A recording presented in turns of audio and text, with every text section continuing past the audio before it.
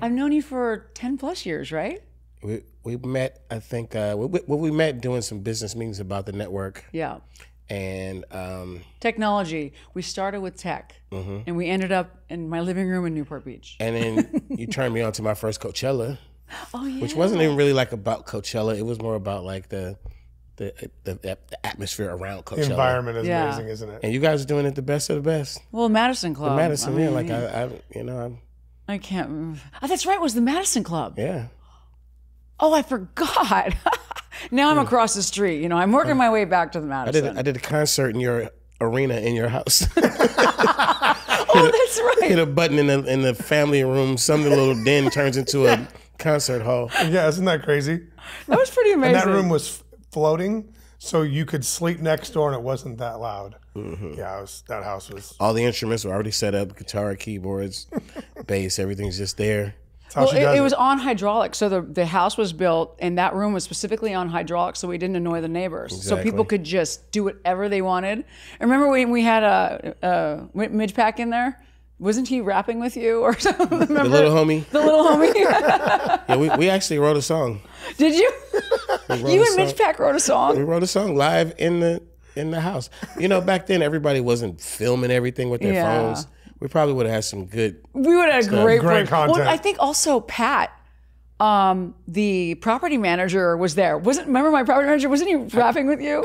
Singing about like some raunchy word and like... You're talking about after a Coachella concert and a couple of other parties, and then we... Yeah, I think it was early in the morning. Too much to actually like just remember detail.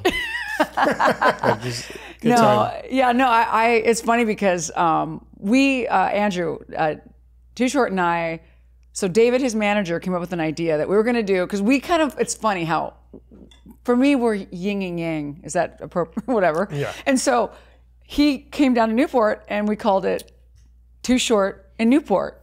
And we just invaded a lot of places, a lot of restaurants, a lot of bars, a lot of people's little circles of congregating, and we just like intruded and just like...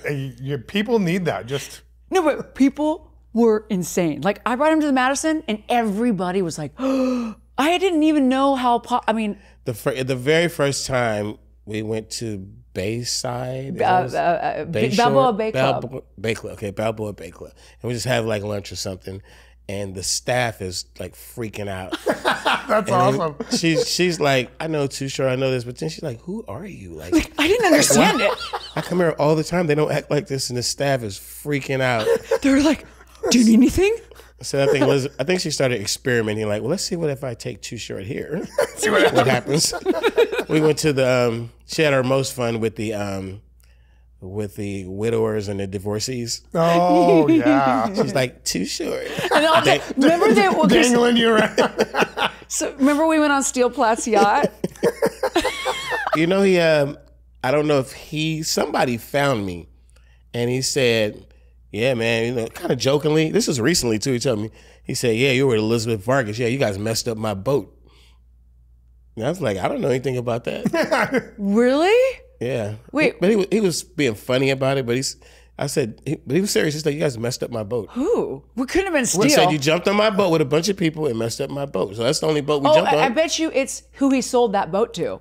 He was probably buying it because Steel was selling it. So he probably bought it from Gave him Steel. A little story. And it was probably like, oh, well, I was getting ready to buy the boat and then I messed it up. Did you guys party that hard? Well, we invaded. We pretty much invaded it, yeah. It was an invasion. And every housewife in the world came with, they were like, we turned on some of your music, and it's a bunch of, this lyrics are very like booty music.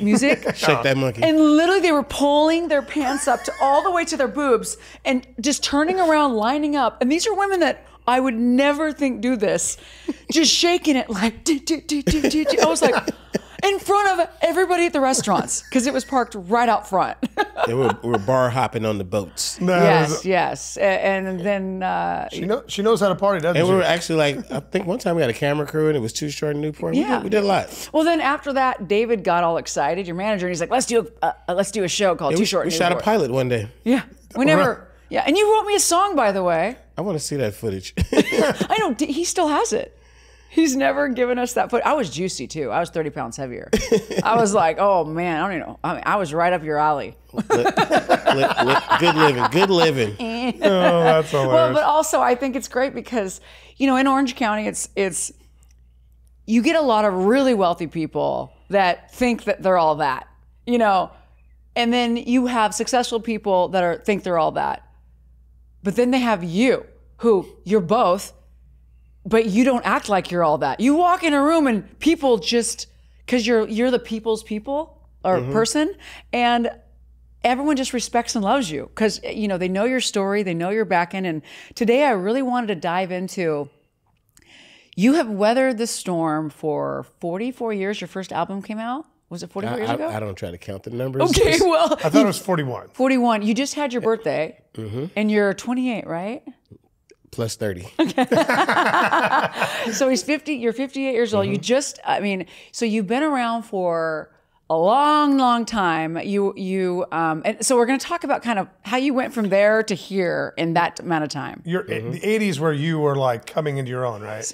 Well, I first heard hip hop in 1979, and a year later, I was dabbling, trying to do my version of it. Very, very, you know, baby stages. But yeah, probably like by 1982, I was in, you know, high school, and I was becoming really popular around the Bay Area.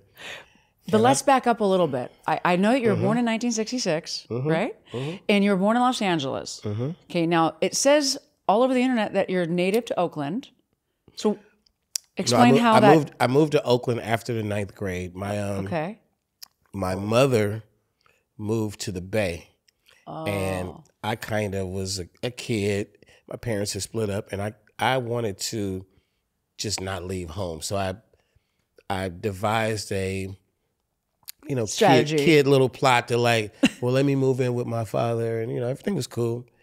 And it turns out that where my mother ended up at, my brother went to a school that he kept describing to me. My older brother, 3 years older, he's like, I'm having the time of my life. Like the school was a party. He keeps telling me how sounds like college, how much freedom and all this stuff. And my father put me in an extremely strict all boys private school. So this is like, This is like I went to a school called Daniel Murphy. It was on 3rd and La Brea, and it was a really good curriculum school, one of the best schools in the city of LA. I didn't have a problem. I was a smart kid, but I had a problem with being in that strict environment. Right. At the same time, my brother's going, woo!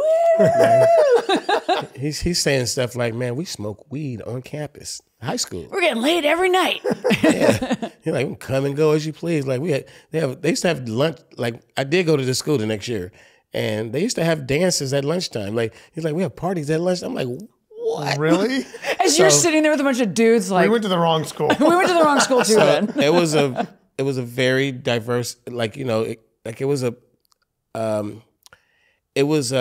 strict. No, it was I'm talking about the school I went to and how I got there, the good school. Right. It was a whole intricate plan of mine to get into my father's world. He had a nice car, nice house, and you know, I thought that he'd be more lenient, and it wasn't like that. Oh. And he was like, grades, get in this school, do this, blah, blah, blah. I'm going to a school where you can't even wear tennis shoes. You can't wear sneakers. You gotta wear hard bottoms every day and all this stuff. And I'm like, I go into the reverse plot of getting out and back to my mother. It was difficult. So basically I spent a great part of the latter school year, 9th grade, trying to not get kicked out of school. But I noticed the pattern of what it took to get people kicked out, because they kick you out of private school. If you we went to private school. Yeah, so you get kicked out if you go too far. So I would just be a problem. And I thought that if I was just enough of a nuisance, that they would probably tell my parents, we don't want him back. And I started like just getting in little trouble on purpose. This is a school where trouble, before they really like do it wasn't like physical discipline. I went to those elementary private schools where they discipline you in the 70s. Like physically, like a belt, paddle, a yardstick, something in school. Oh, yeah, I remember getting hacks. I get to 9th grade, and it's dictionaries. They're like, depending on what you did, Oh, Like, get in front of the class. No, just hold 2 dictionaries like this Really? What? and just hold them for a long time. They would even do the stupidest thing in the world to tell you go sit in the corner. And I was like, whatever. Like a dunce cap? Yeah, that's just sit in the corner and turn and face away from the class. But then they would do physical punishment by saying, like, go to the basketball gym and run lines. Like when you go to basketball practice, you got to run to the and you're like, okay, foul line back, top of the key back, half court back, other top of the key back, other like, and just run lines while the rest of the class could be like doing PE or something, or they would tell you run the campus. This is punishment. To run the campus 10 times. And it was just like, I'm like, I gotta get the fuck out of here. Daily Logic Check. Thank you for tuning in to this episode of Daily Logic Check. I'm Elizabeth Vargas, your host, with my co-host, Andrew Vargas. If you like what you saw, you like what you see, click like, subscribe, follow us, and support us on Patreon. Peace, love, and happiness. Daily Logic Check.